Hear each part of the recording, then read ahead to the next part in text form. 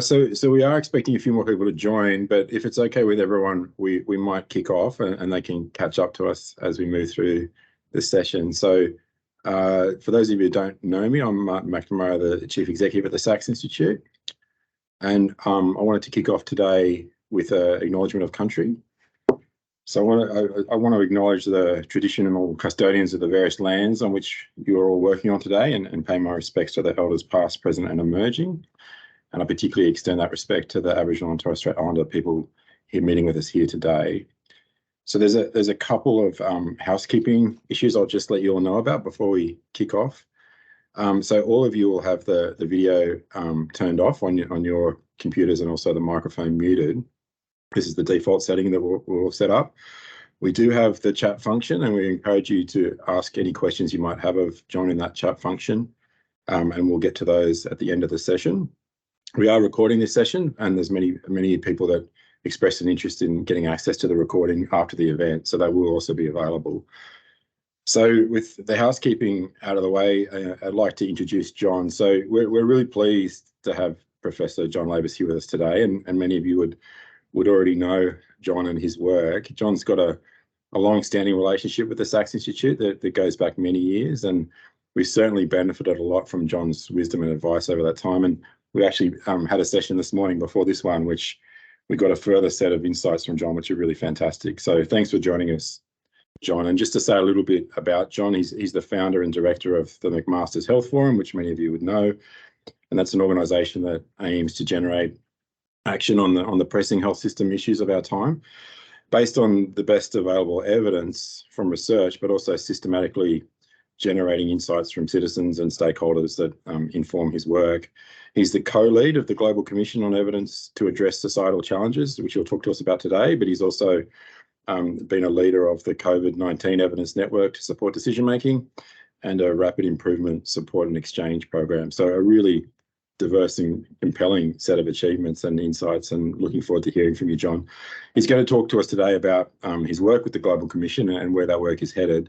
And as I said, there'll be a time for questions at the end as well. So why don't I hand over to you, John, and looking forward to hearing from you.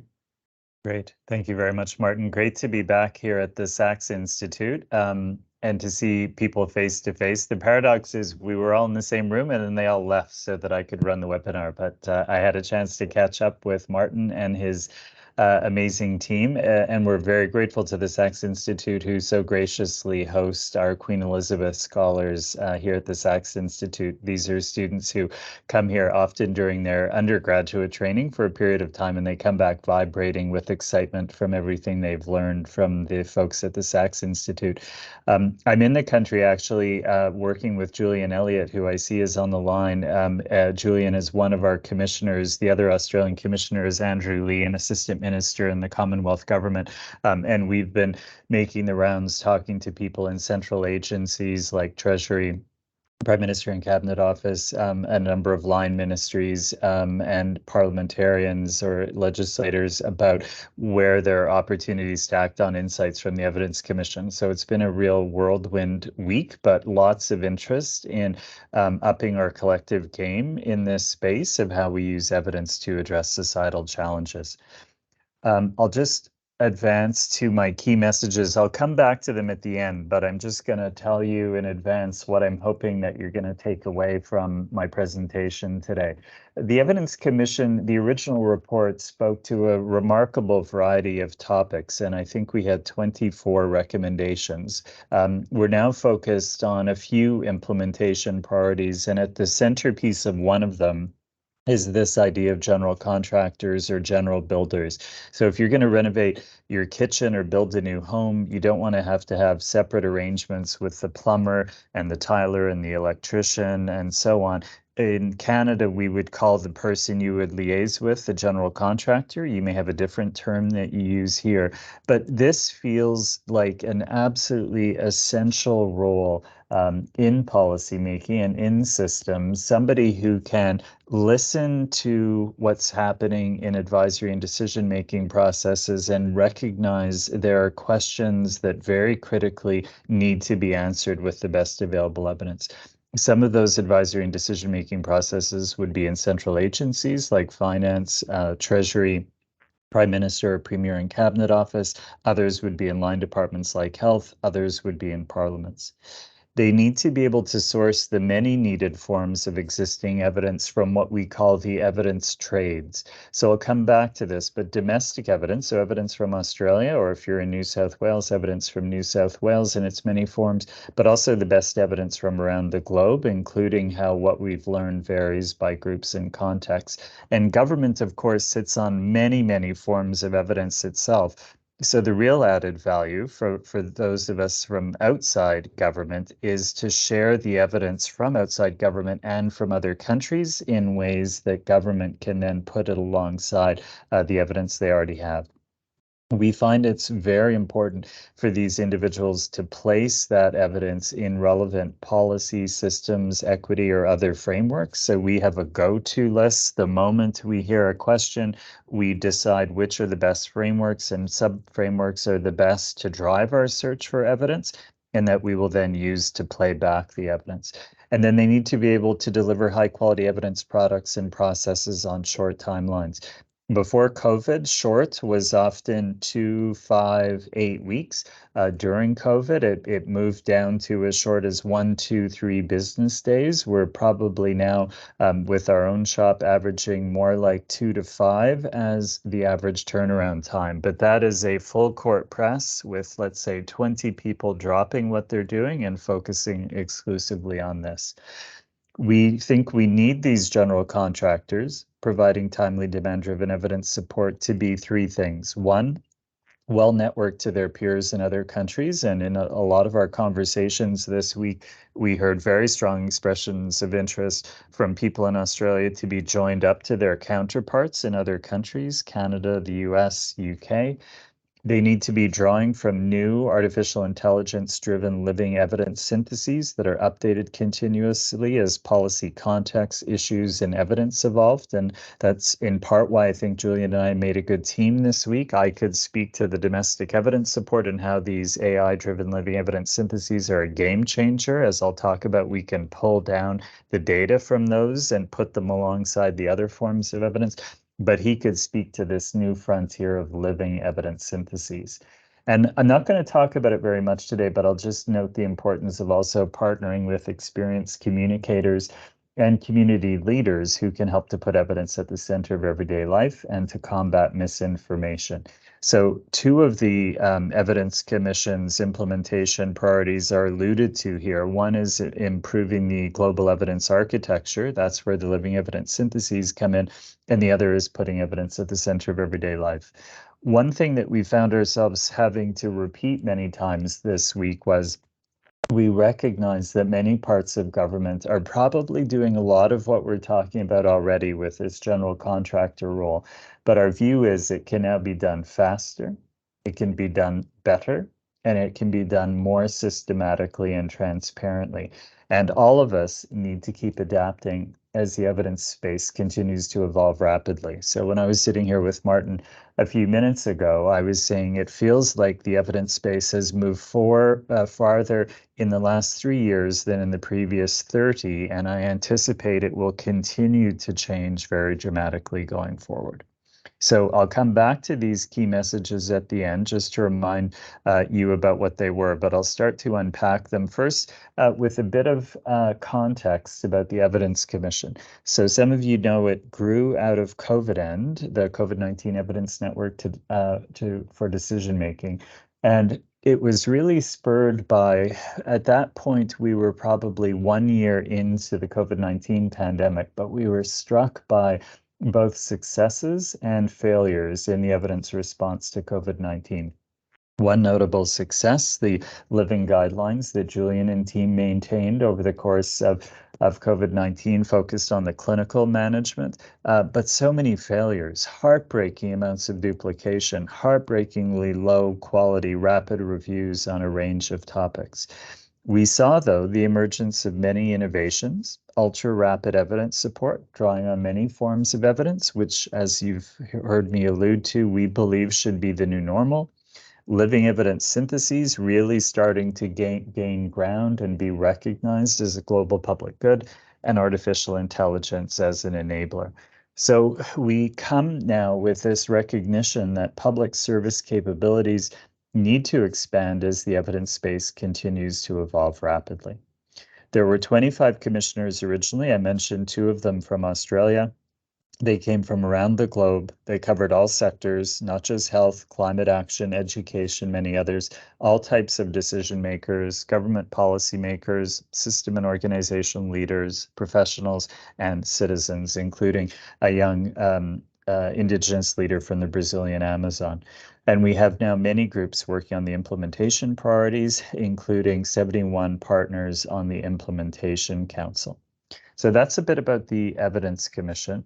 The original report came out in January of 2022, the update in January of 2023, and we anticipate having an additional update in January of 2024.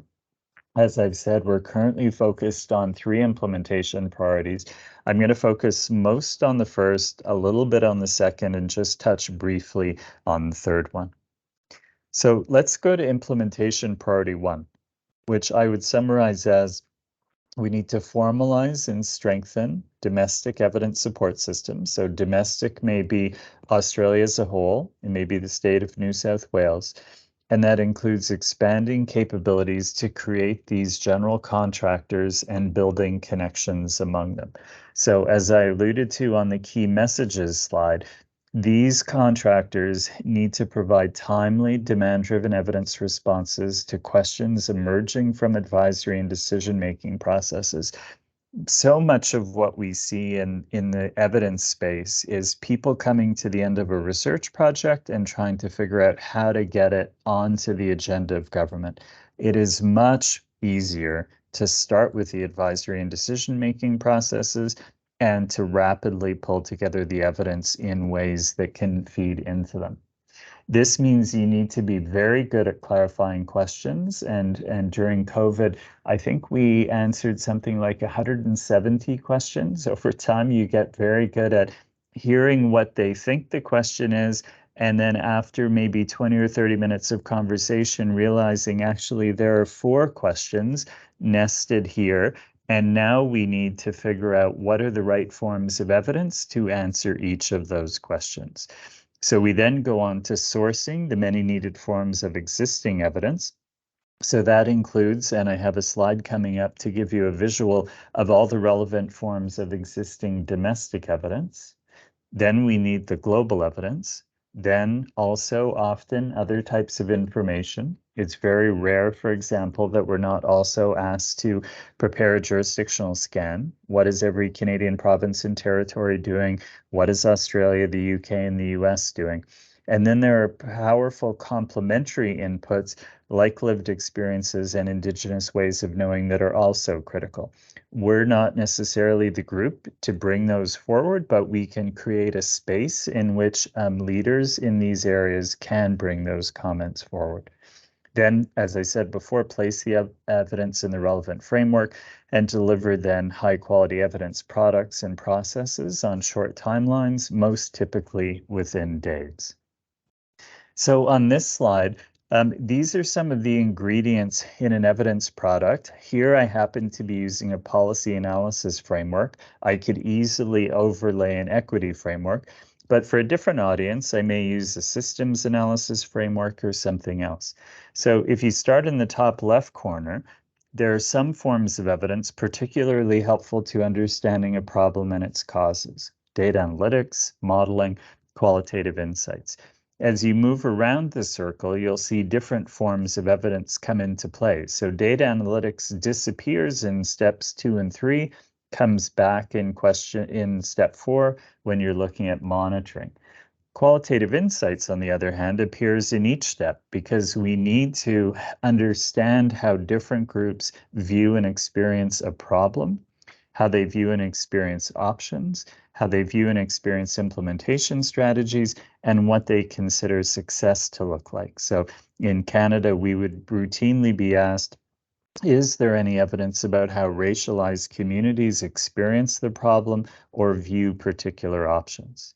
So what we're starting to move towards with our evidence products is a cover that says this document is addressing this type of question, and we pull in these forms of domestic evidence.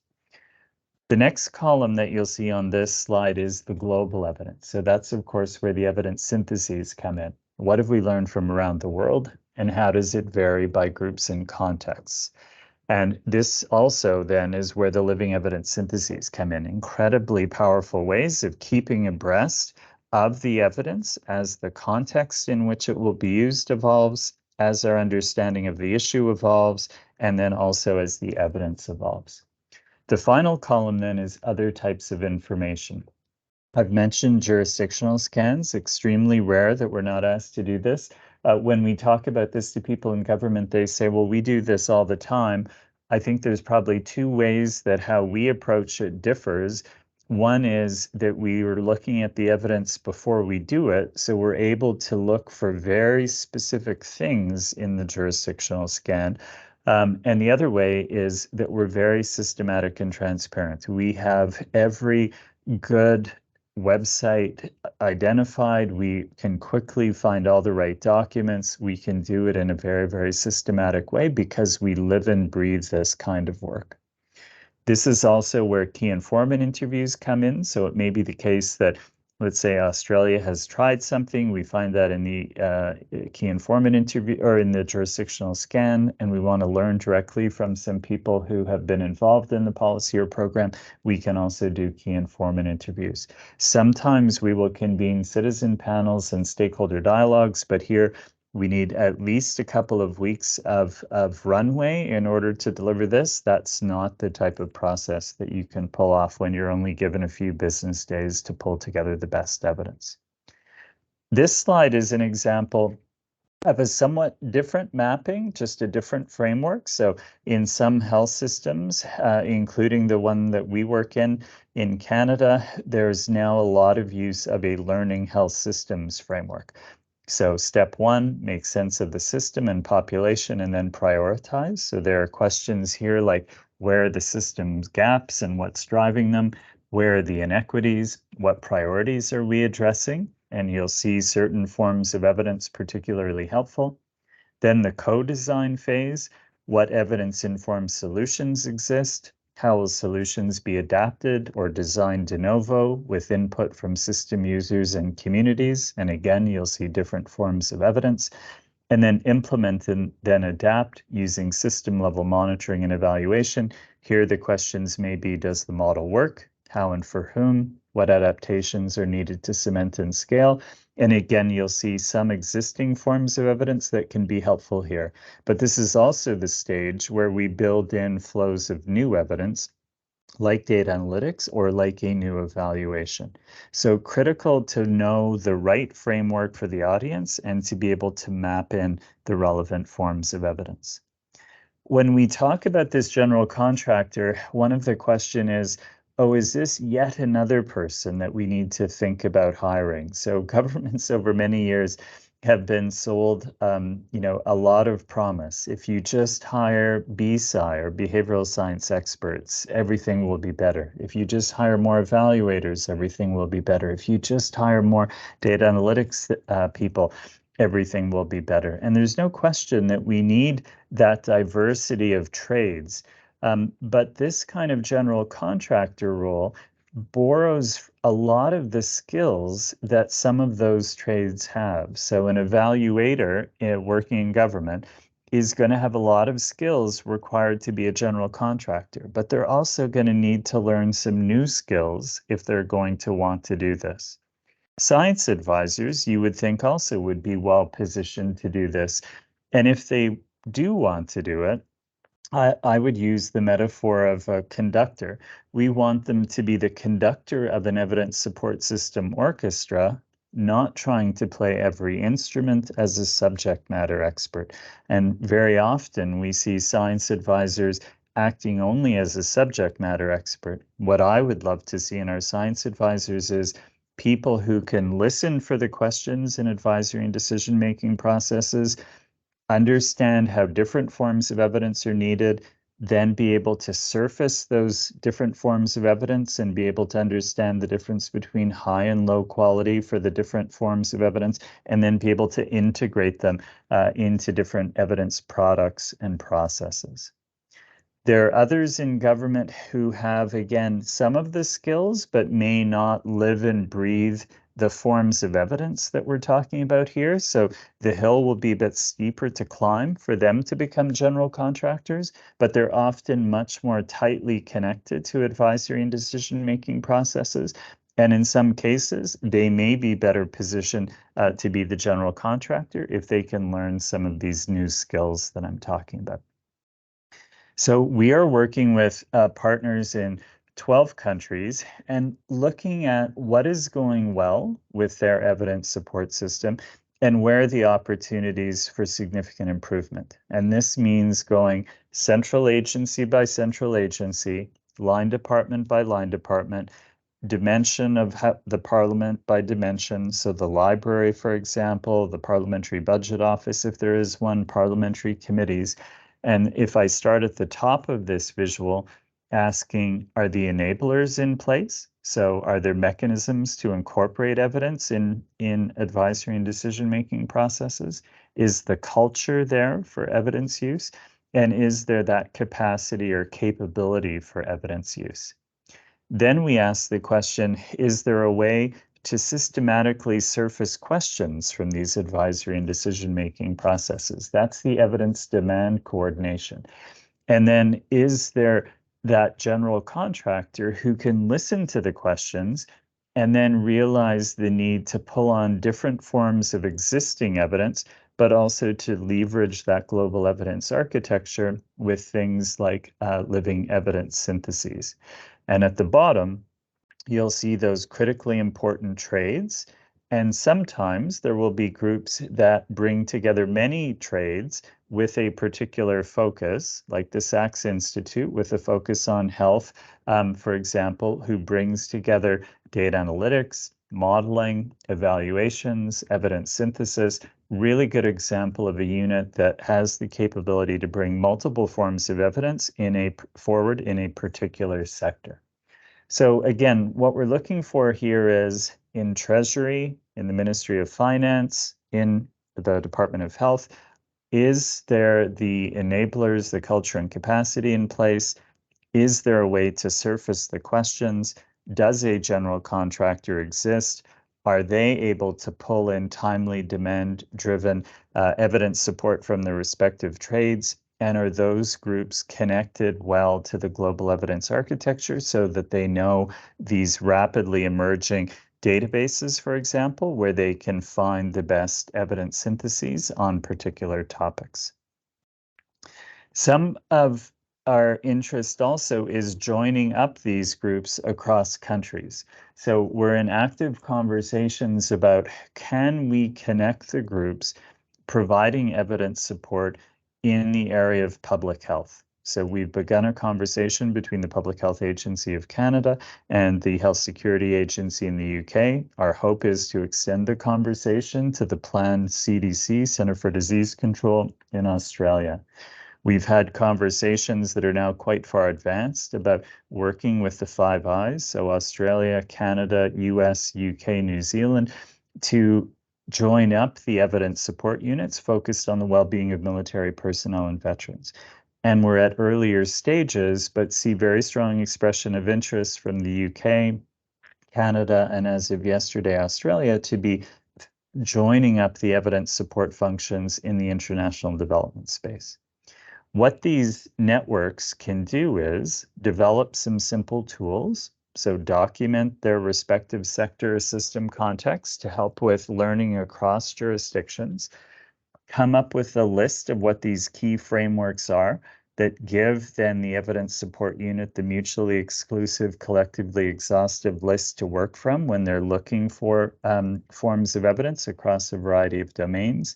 They can agree on the inventory of key evidence sources by form of evidence. If you look at the Australian Treasury's evaluation toolkit, they currently talk about 3 evidence banks. And in our conversations earlier this week, we were noting that Many of those have in fact been superseded by even more powerful databases that they can go to find, in this case, high quality evidence syntheses in particular domains. And with the emergence of living evidence syntheses, it's critical that folks know what living evidence syntheses exist so that they can go to them and pull down the evidence when they need it. These networks could also be aligning standards for contextualized evidence products and processes. Wouldn't it be great if in each of the 5 countries I've mentioned before that are interested in the well-being of military personnel and veterans, they each looked in the same places, they each use the same criteria: relevance, recency of search, quality of synthesis, availability of great evidence profile. There may be other criteria to select the evidence syntheses from which they draw insights. They may also want to design and maintain an approach to sourcing evidence and experience from one another's jurisdictions. So if we get a question in Canada where our evidence review finds that Australia and the US are 2 steps ahead of us, it would be great to be able to contact our counterparts and say, can you send us key documents? Can we jump on the phone and do a key informant interview so we can further enrich what we can share with Canadian decision makers? They could also share products that can be adapted by others. And very critically, to make the connection to the global evidence architecture, these are the very groups that should inform the starting, the evolution, and the winding down of living evidence syntheses in areas of shared interest. So this is a critically important connection between these domestic evidence supports and the global evidence architecture. So that's implementation priority 1. You can tell I'm super excited about this. This, in my view, is a game changer, but part of why it's a game changer is because of the emergence of a different game changer: living evidence syntheses, regularly updated summaries of what we've learned from around the world.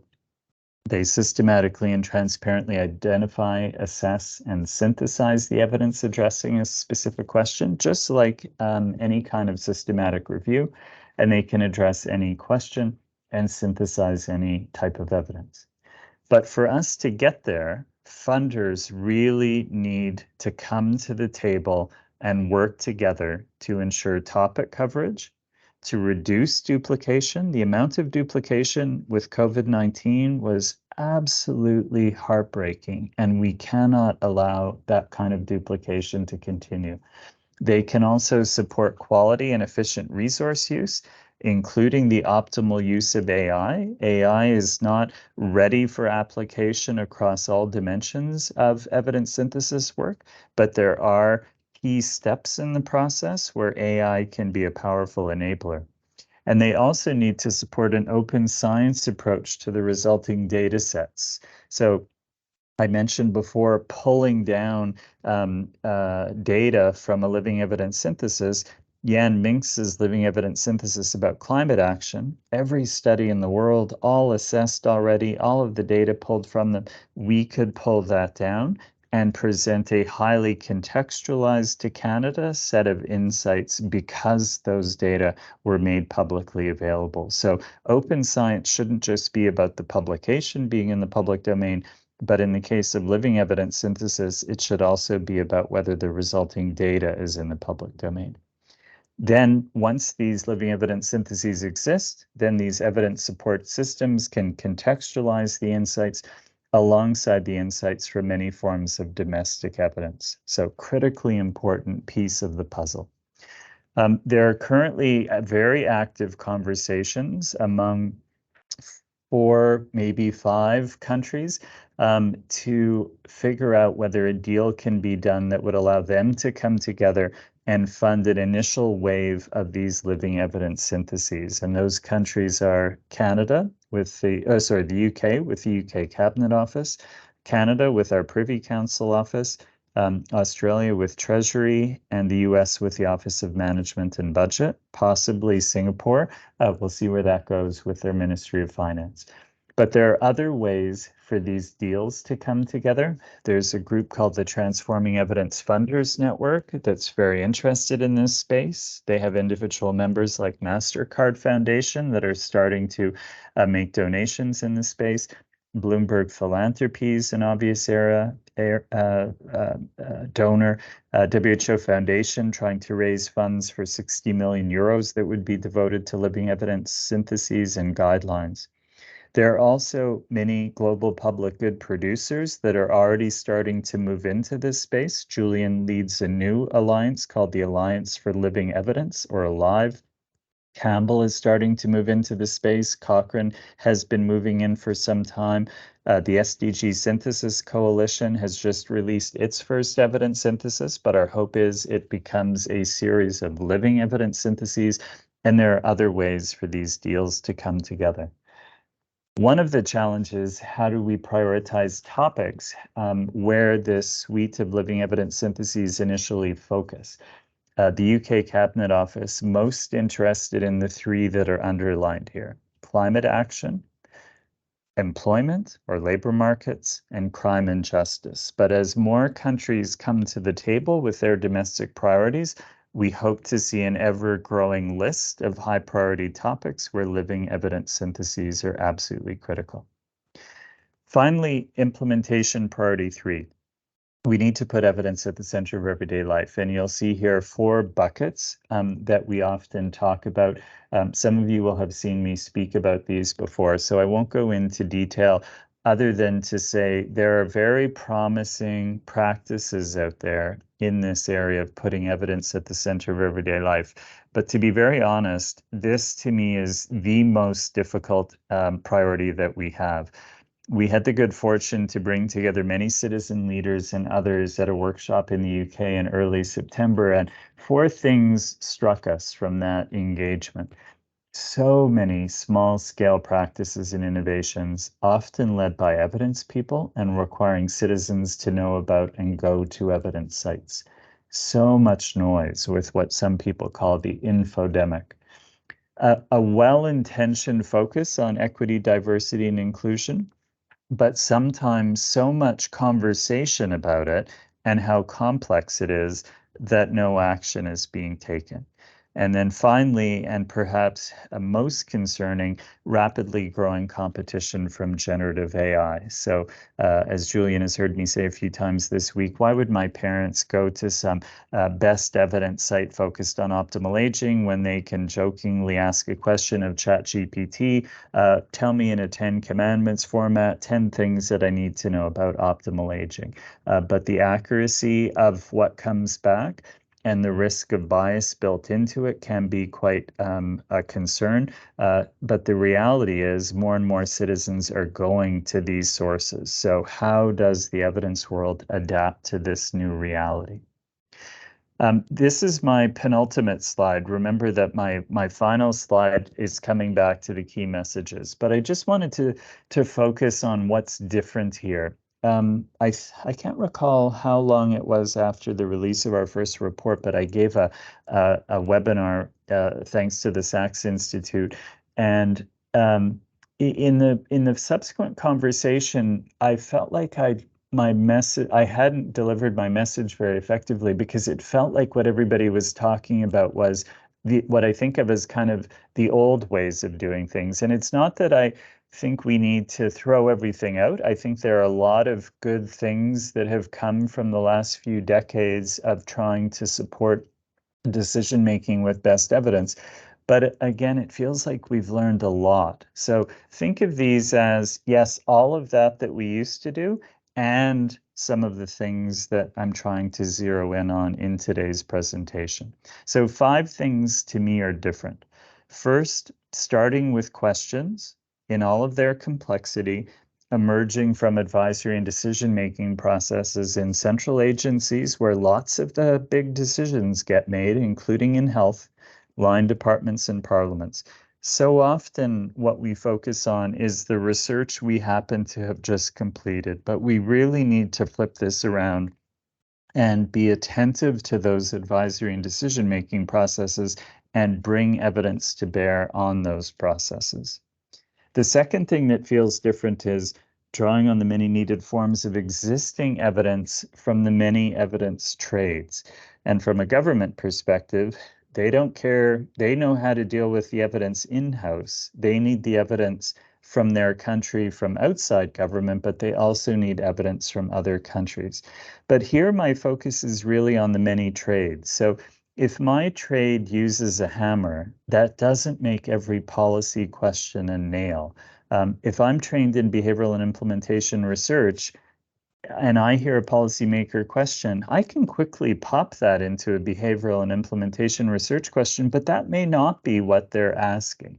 So it's critically important to celebrate the value that evidence trades bring to the conversation, but also recognize we need this general contractor function that can say, actually, if you listen carefully, they're asking 4 questions and only part of one touches on behavioral and implementation research. The others require other forms of evidence.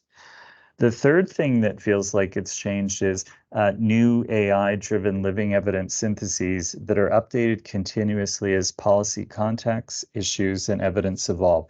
So far, we've only had a few instances where the living evidence synthesis existed already and we were able to capitalize on it. But having had those few wins, I want this to be the new normal.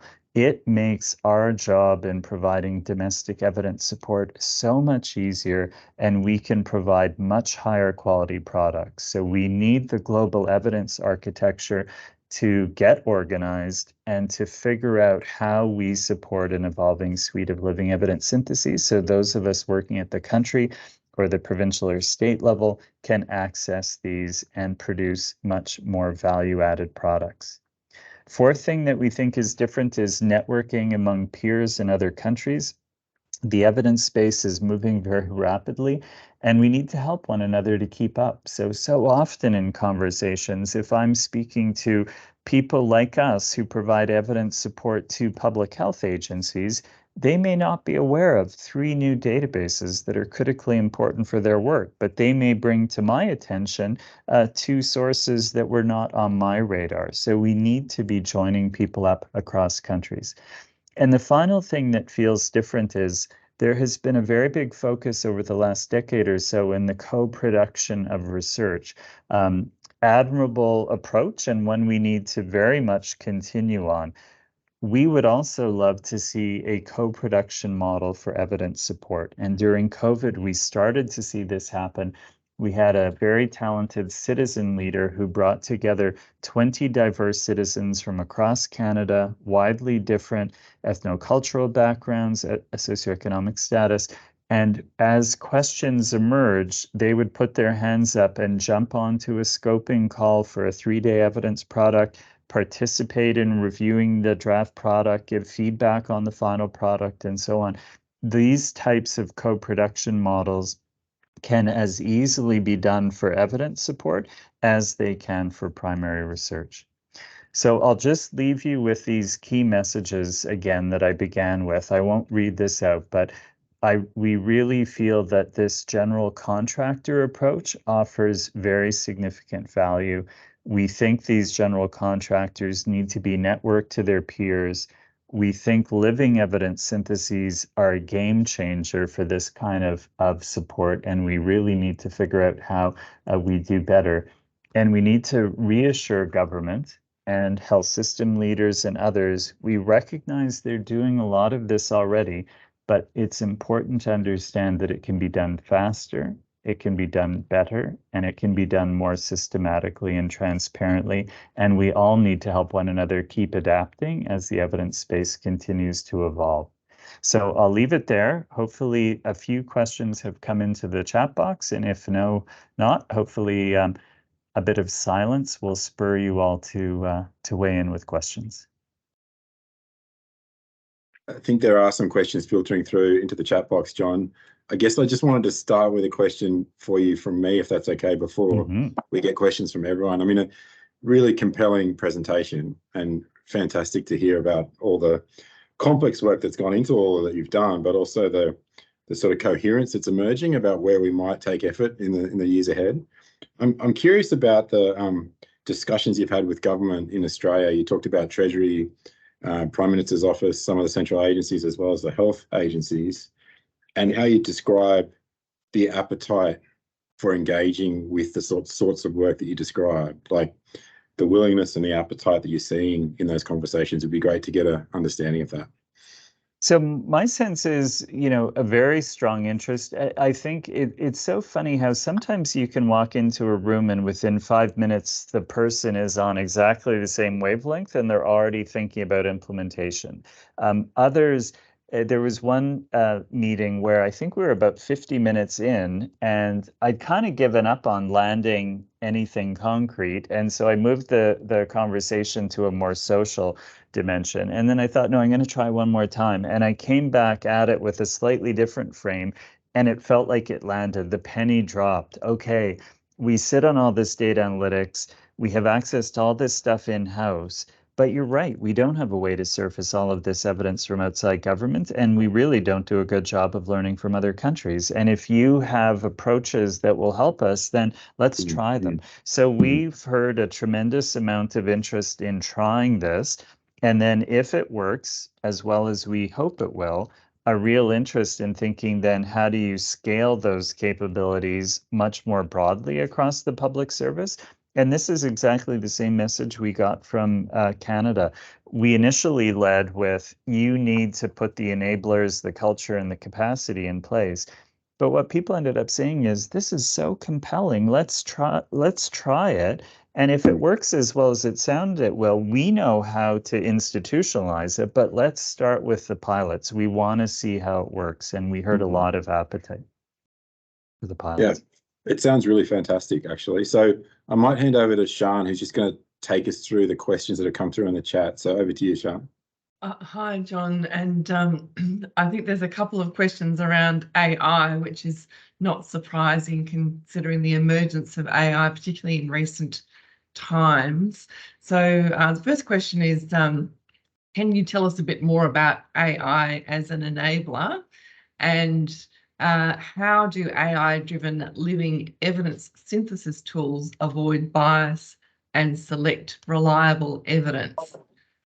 So I'm not the AI expert. The AI expert, or one of the global AI experts, is on the line, Julian Elliott. But I'll give you my pedestrian takeaways from what I hear him say is that in some current steps in the workflows of evidence syntheses, including living evidence syntheses, there are now ways to formally evaluate the accuracy of how AI is helping us to reduce the human dimension of that work.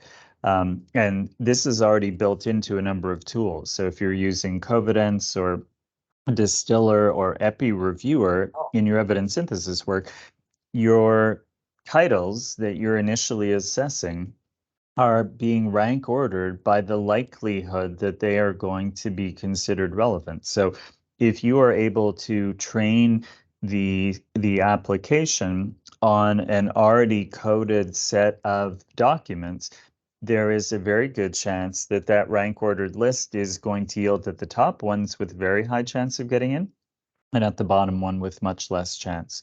And there are ways to look at, some of these concerns around discrimination and so on. So what I've heard Julian and others say is we need to move towards a set of standards, performance standards, for the use of AI in each step.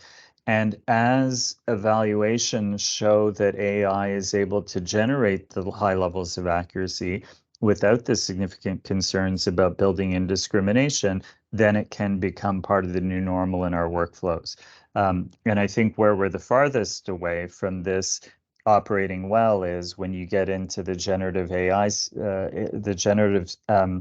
AI space with things like ChatGPT, where so many things need to work well for that to yield an intelligible, highly accurate response. So some of the front end work, Jan Minx's machine learning, living evidence synthesis, that was able to be done and can be maintained because they're using the pieces of AI that have been shown to be able to perform at a high level of accuracy. But if you want a deep dive, I would highly recommend you get Julian to give a dedicated webinar, because he and James Thomas are from the epicenter in London are right at the leading edge of thinking and know all of the warts, but also some of the promise of AI in this space. Thanks, John. And yeah, we might be getting back to Julian about another session around AI. So just moving to some of the other questions. So one from Amanda. Will your general contractors and tradies, and Amanda notes that that's Australians' way to say trade roles, have opportunities to publish, or are publications outside the scope of their work?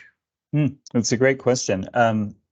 I can just say from experience that the few that we know are so busy that they never get around to publishing them. But I think the ones operating outside government all commit to make every single product available in the public domain, which I think is very important from a transparency perspective. But whether they take the extra time to formally write it up to and submit it to a peer-reviewed journal, I think that's an issue of workflow. And some of us have the good fortune to work in an environment where we already tick enough boxes for our annual performance reviews that we're not particularly worried about turning all of this stuff into peer-reviewed publications. But it is an issue for many people who straddle the more applied world and the academic world. So, and there's certainly nothing stopping people from writing these up. And we would love to be able to do it. It's just every day that we say we're going to protect the next 2 days, a new request comes in, and all of a sudden it's all hands on deck, and the paper doesn't come up. I think a lot of people will recognise that challenge. I think one of the issues with, for researchers in working with policies, that they are keen generally to be getting those publications, and working through that process is often sort of a fundamental bit of that process about Absolutely. getting agreement on that. Yeah. So another question. So this one is around, well, I'll read the question. Do you think more data is needed, or is the key issue the synthesis of the data or evidence that is already available somewhere? So do we need more research, or do we just need to pull together what we've already got? Well, I mean, I guess it feels like the answer is, well, we have to have both. But I'm going to be honest with you that I'm completely stymied by my Canadian counterparts who, year after year, decade after decade, keep saying we need to spend and spend and spend on more data.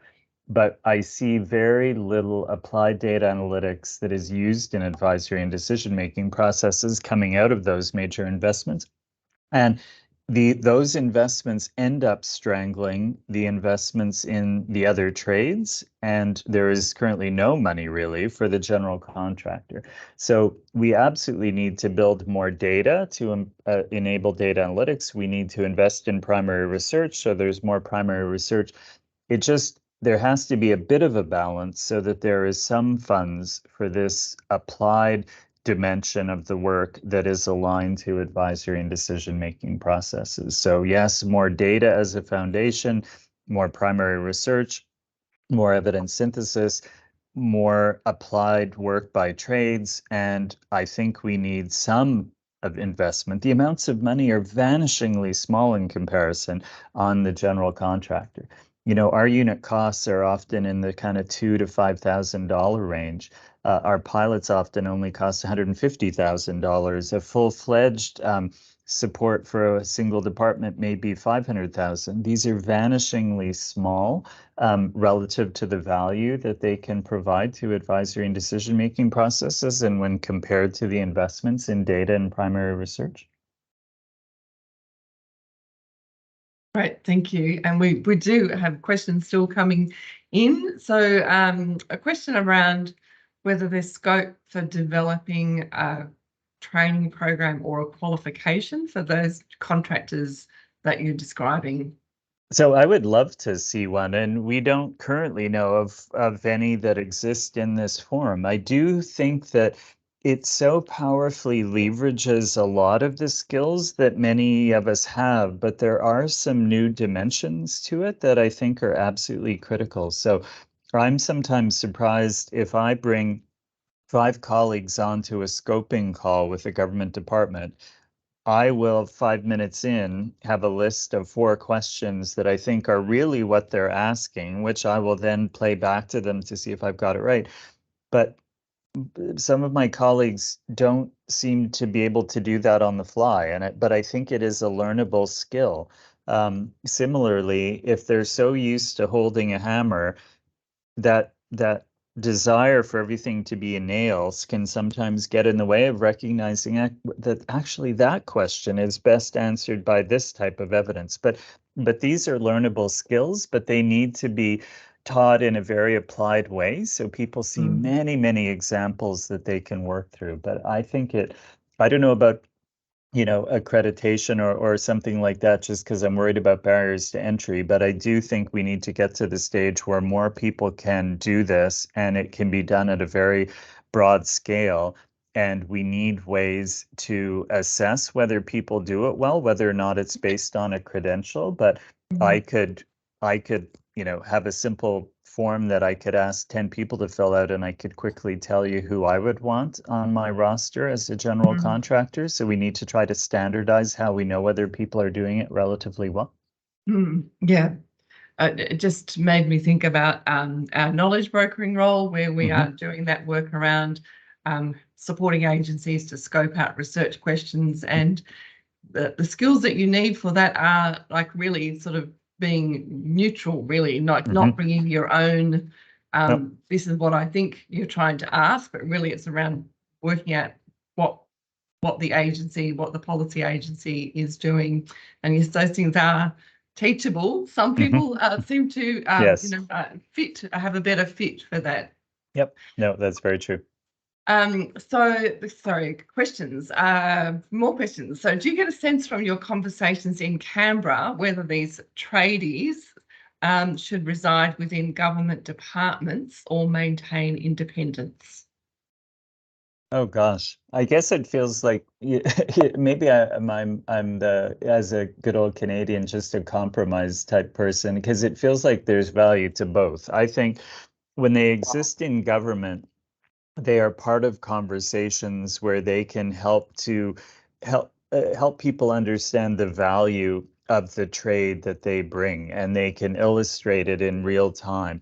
They can also very powerfully be better commissioners of that work by people who work in the same trade outside government. So I feel like when we start to work with government departments for the first time, we always latch on to the few people who are working in trades that align with the type of work we're doing, because they often get a lot of what we're talking about. They can be internal champions. They're starting to do the work themselves. We can help to elevate the profile of their work, but they can also help to make sure that good questions are coming to us, that people understand how the value of what we bring and so on. So it feels like we need both. But in Canberra, I think we were asked, or at least I interpreted one of the questions as, does this mean we have to hire you or other people outside? And my answer was no. In Canada, some of the pilots are being done within government departments. They specifically said, we want to try this out ourselves,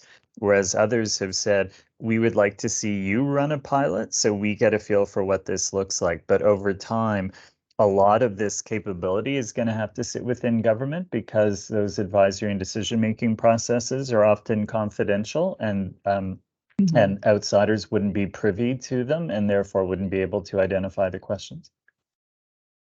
I am mindful that we're coming to the end of the time, so perhaps one last question, if everybody's happy with that. So does the approach apply only to what works intervention evidence, and how well could or does it work for answering other types of research questions? Gosh, no, I hope I'm trying to think what I would have said that would have given you that impression. We sometimes get questions about problems and their causes as experienced by certain racialized communities. We sometimes get questions around, different ways of working with communities to support spread and scale.